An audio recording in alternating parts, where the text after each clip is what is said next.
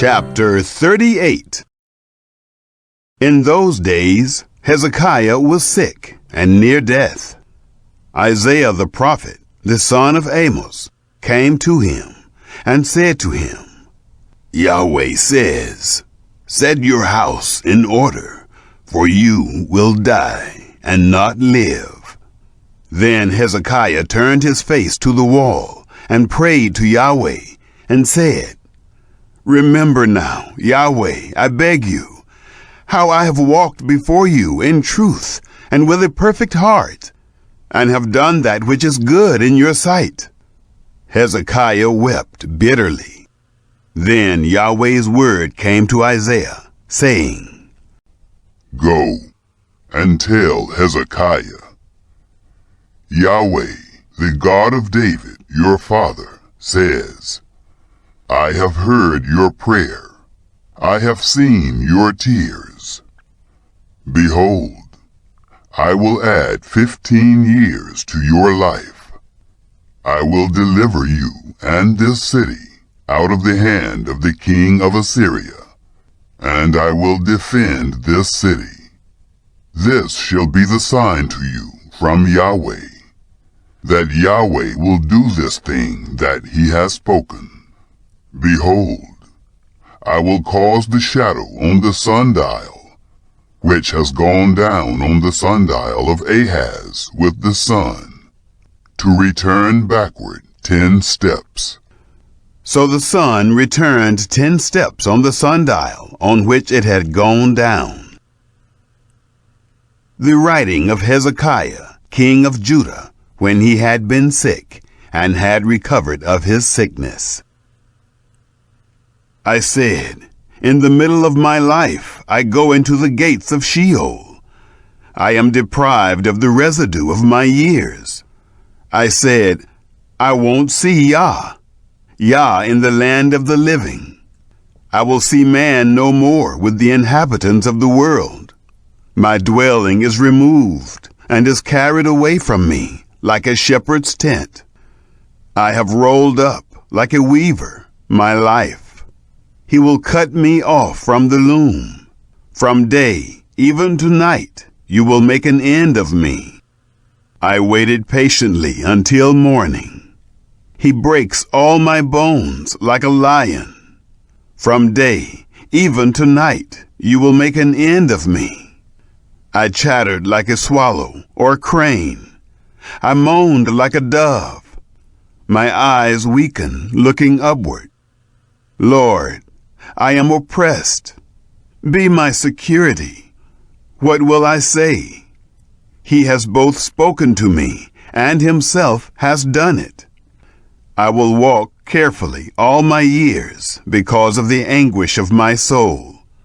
Lord, men live by these things, and my spirit finds life in all of them. You restore me and cause me to live. Behold, for peace I had great anguish, but you have, in love for my soul, delivered it from the pit of corruption. For you have cast all my sins behind your back. For Sheol can't praise you. Death can't celebrate you. Those who go down into the pit can't hope for your truth. The living, he shall praise you, as I do today. The Father shall make known your truth to the children. Yahweh will save me. Therefore, we will sing my songs with stringed instruments all the days of our life in Yahweh's house. Now Isaiah had said, Let them take a cake of figs and lay it for a poultice on the boil, and he shall recover. Hezekiah also had said, What is the sign that I will go up to Yahweh's house? Chapter 39. At that time, Merodach-Baladan, the son of Baladan, king of Babylon, sent letters and a present to Hezekiah, for he heard that he had been sick and had recovered. Hezekiah was pleased with them and showed them the house of his precious things. the silver and the gold, the spices and the precious oil, and all the house of his armor, and all that was found in his treasures. There was nothing in his house, nor in all his dominion, that Hezekiah didn't show them. Then Isaiah the prophet came to King Hezekiah and asked him, "What did these men say? Where did they come from to you?" Hezekiah said, "They have come from a country far from me, even from Babylon." Then he asked, "What have they seen in your house?" Hezekiah answered, "They have seen all that is in my house. There is nothing among my treasures that I have not shown them." Then Isaiah said to Hezekiah, "Hear the word of Yahweh of armies. Behold, the days are coming when all that is in your house, and that which your fathers have stored up until today, will be carried to Babylon. Nothing will be left, says Yahweh. They will take away your sons who will issue from you, whom you shall father, and they will be eunuchs in the king of Babylon's palace." Then Hezekiah said to Isaiah, "Yahweh's word which you have spoken is good." He said moreover, "For there will be peace and truth in my days." Chapter 40. Comfort, comfort my people, says your God.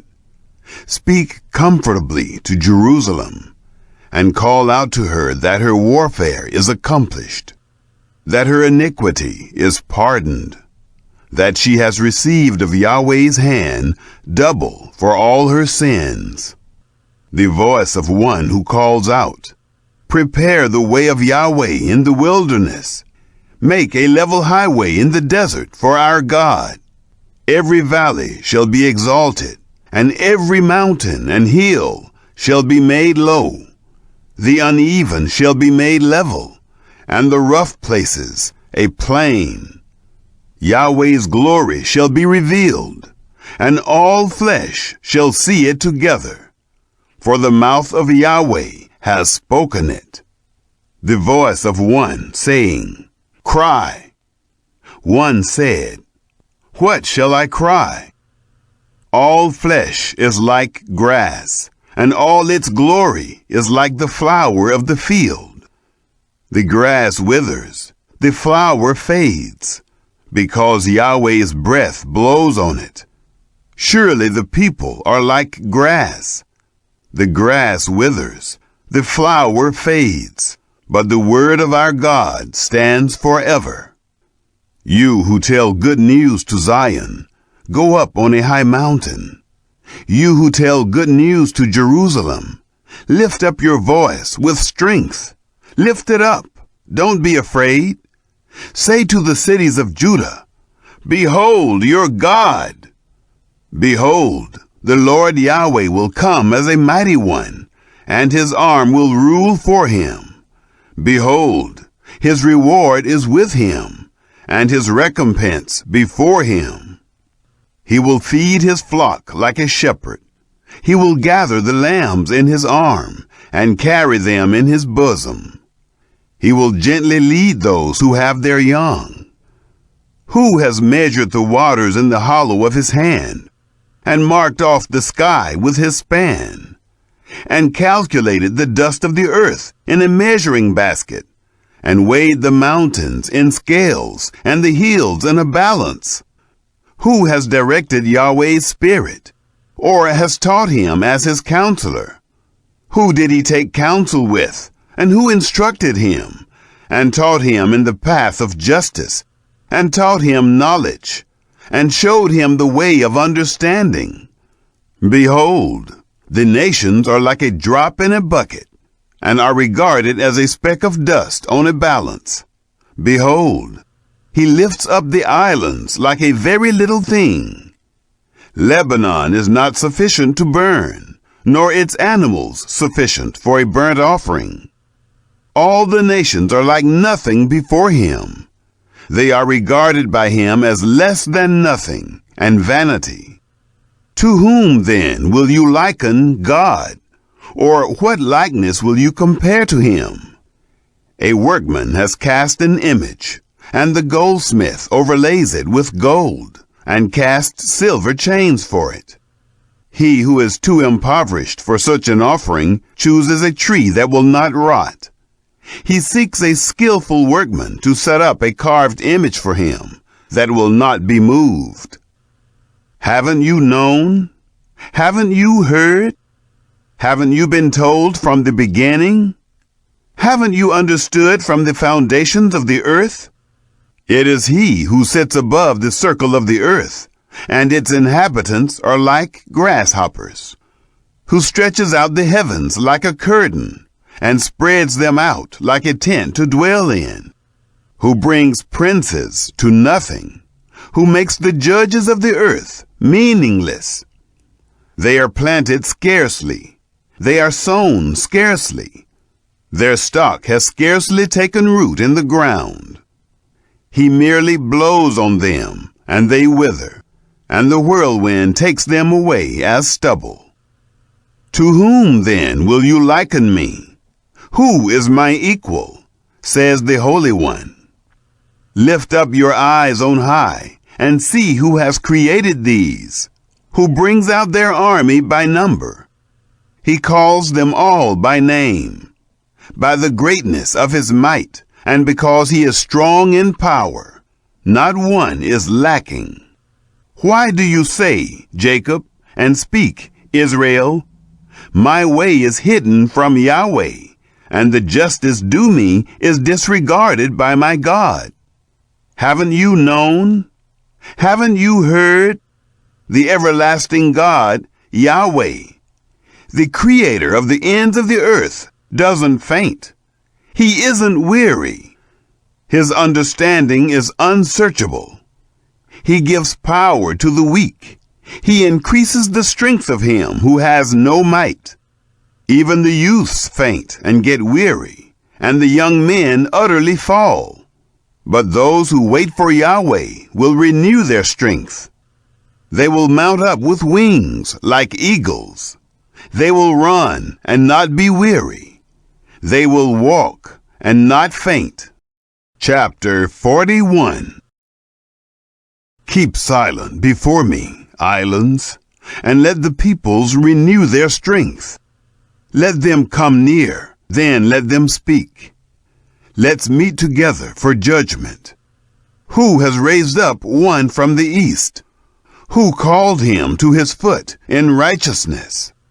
He hands over nations to him, and makes him rule over kings. He gives them like the dust to his sword, like the driven stubble to his bow. He pursues them and passes by safely, even by a way that he had not gone with his feet. Who has worked and done it, calling the generations from the beginning? I, Yahweh, the first, and with the last, I am he. The islands have seen and fear. The ends of the earth tremble. They approach and come. Everyone helps his neighbor. They say to their brothers, "Be strong." So the carpenter encourages the goldsmith. He who smooths with the hammer encourages him who strikes the anvil, saying of the soldering, "It is good." And he fastens it with nails, that it might not totter. But you, Israel, my servant, Jacob, whom I have chosen, the offspring of Abraham, my friend, you whom I have taken hold of from the ends of the earth, and called from its corners, and said to you, "You are my servant. I have chosen you and have not cast you away. Don't you be afraid, for I am with you. Don't be dismayed, for I am your God. I will strengthen you. Yes, I will help you. Yes, I will uphold you with the right hand of my righteousness.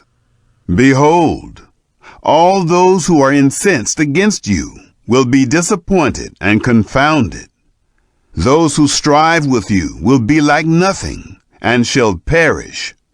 You will seek them and won't find them, even those who contend with you. Those who war against you will be as nothing, as a non-existent thing. For I, Yahweh your God, will hold your right hand, saying to you, don't be afraid, I will help you. Don't be afraid, you worm, Jacob, and you men of Israel. I will help you, says Yahweh, and your Redeemer is the Holy One of Israel. Behold, I have made you into a new sharp threshing instrument with teeth. You will thresh the mountains and beat them small, and will make the hills like chaff. You will winnow them, and the wind will carry them away, and the whirlwind will scatter them. You will rejoice in Yahweh. You will glory in the Holy One of Israel. The poor and needy seek water, and there is none. Their tongue fails for thirst. I, Yahweh, will answer them. I, the God of Israel, will not forsake them. I will open rivers on the bare heights, and springs in the middle of the valleys. I will make the wilderness a pool of water, and the dry land springs of water. I will put cedar, acacia, myrtle, and oil trees in the wilderness. I will set cypress trees, pine, and box trees together in the desert, that they may see, know, consider, and understand together that Yahweh's hand has done this, and the Holy One of Israel has created it. Produce your cause, says Yahweh. Bring out your strong reasons, says the King of Jacob. Let them announce and declare to us what shall happen. Declare the former things, what they are, that we may consider them and know the latter end of them, or show us things to come. Declare the things that are to come hereafter, that we may know that you are gods. Yes, do good, or do evil, that we may be dismayed, and see it together. Behold, you are of nothing, and your work is of nothing. He who chooses you is an abomination. I have raised up one from the north, and he has come. From the rising of the sun, one who calls on my name. And he shall come on rulers as on mortar, and as the potter treads clay. Who has declared it from the beginning, that we may know? And before, that we may say, he is right. Surely there is no one who declares. Surely there is no one who shows. Surely there is no one who hears your words. I am the first to say to Zion, behold, look at them. And I will give one who brings good news to Jerusalem. When I look, there is no man. Even among them there is no counselor who, when I ask of them, can answer a word. Behold, all of them, their deeds, are vanity and nothing. Their molten images are wind and confusion.